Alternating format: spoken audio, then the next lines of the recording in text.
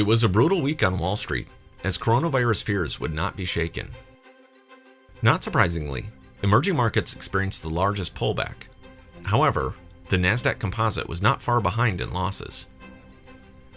Despite the holiday-shortened trading week for the US, news came out on Monday that Apple would be cutting its guidance for second quarter. Apple is the second largest holding in the S&P 500, with a weighting of around 4.7%.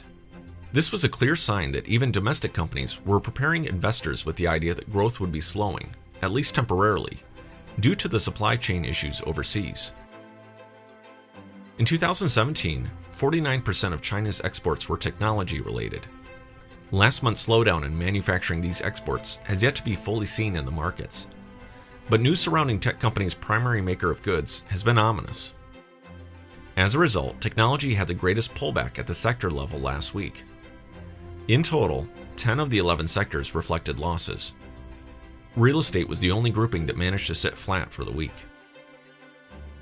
As the virus continues its spread in countries other than China, Reuters reported that G20 leaders would monitor the impact of the outbreak on global growth and take necessary action if needed, including the further loosening of monetary policy. Last week, the head of the IMF, Kristalina Georgieva, stated that the current coronavirus outbreak is the most pressing uncertainty facing the global economy right now.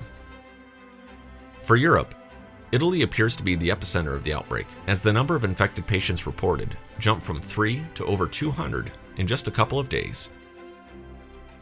This has prompted authorities to lock down 12 towns in the country and close a number of tourist attractions. But not all news was bad last week. Housing starts beat expectations, and building permits reached the highest level in 12 years. Finally, the weekly jobless claims came in at expectation, with a reading of 210,000. This shows that there's still a fair amount of positive economic news, despite the lingering fears of a pandemic.